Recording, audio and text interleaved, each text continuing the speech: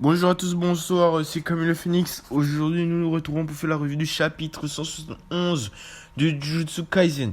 Lors du chapitre 170, on nous avait laissé sur un Megumi qui a activé son extension de territoire, le Jardin des Ombres. Pour ceux qui connaissent et qui ont regardé l'anime, savent.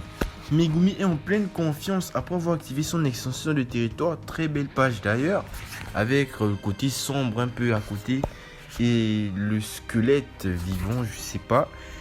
Très belle page, souligné. Megumi est en pleine conscience qu'il a activé son extension de territoire, mais il va être tout de suite étonné lorsque Lazy va activer son territoire simplifié. Le territoire simplifié qui est du même style que Miwa, mais version l'école des ombres. Mais il y aura un dilemme.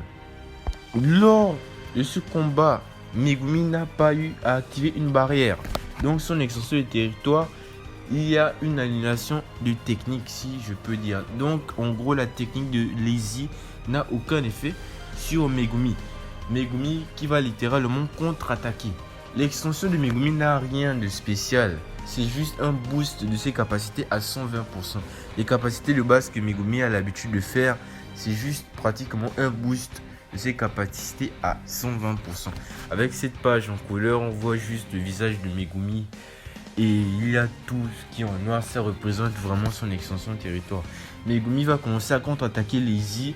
Il va se cloner d'ailleurs dans son combat contre le fléau de la saison 1. Je n'avais pas remarqué, mais il ne s'était pas beaucoup cloné. Là, il nous montre un peu plus son pouvoir. Geki Akutami, c'est vraiment un écrivain expert. Il pouvait nous montrer peut-être ce pouvoir dans la saison 1. Mais bon, Megumi se clone. Et Megumi contre-attaque Lazy avec vraiment son katana, ou si je peux dire un katana, non, une dague. Exactement, une dague, la même dague qu'il avait utilisée contre le fureur de la saison 1. Maintenant, Lazy va contre-attaquer avec aussi une dague, si je peux dire, une dague ou un katana qui va faire sortir à travers ses tickets. Lazy, après avoir pris une raclée de Megumi, est en train d'analyser son extension de territoire. Et Lazy va comprendre tout de suite un truc. Pourquoi Megumi a eu une dague. Et ça a eu un rappel avec la saison 1. Ce rappel, pourquoi Megumi fait sortir une arme à travers son ombre pour donner à Maki lors du combat Maki Megumi contre Anami. Ça nous avait interpellé, on ne savait pas d'où ça sortait. Mais apparemment Megumi a la capacité de stocker des objets à travers ses ombres. Mais plutôt il stocke les objets avec son corps.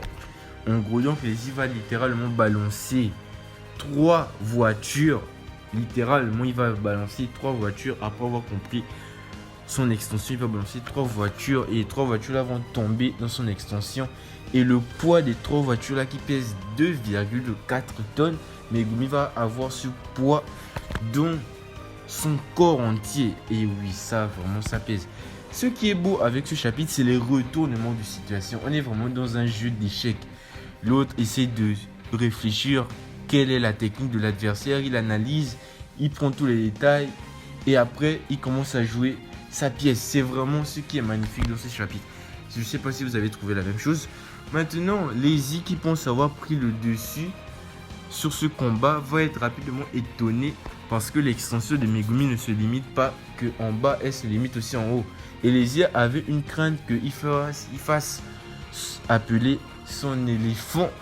Mais exactement c'est ce que Megumi va faire.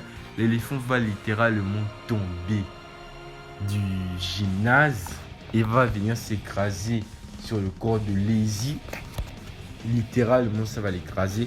Maintenant Lazy va être dans les décombres et tout, avec Megumi qui a un sentiment de satisfaction parce qu'il a réussi à deviner et à contre-attaquer ce coup. C'est vraiment un jeu d'échecs. Je vous le dis, les retournements de situation dans ce chapitre.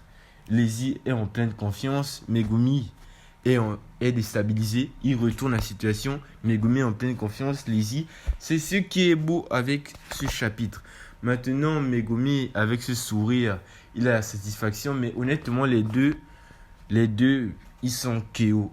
Donc, lors du prochain chapitre, sûrement ça va se terminer sur un échec et mat.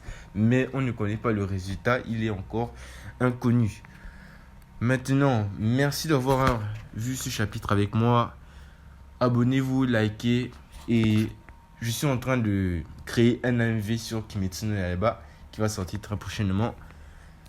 Jana, partagez la force de cette review.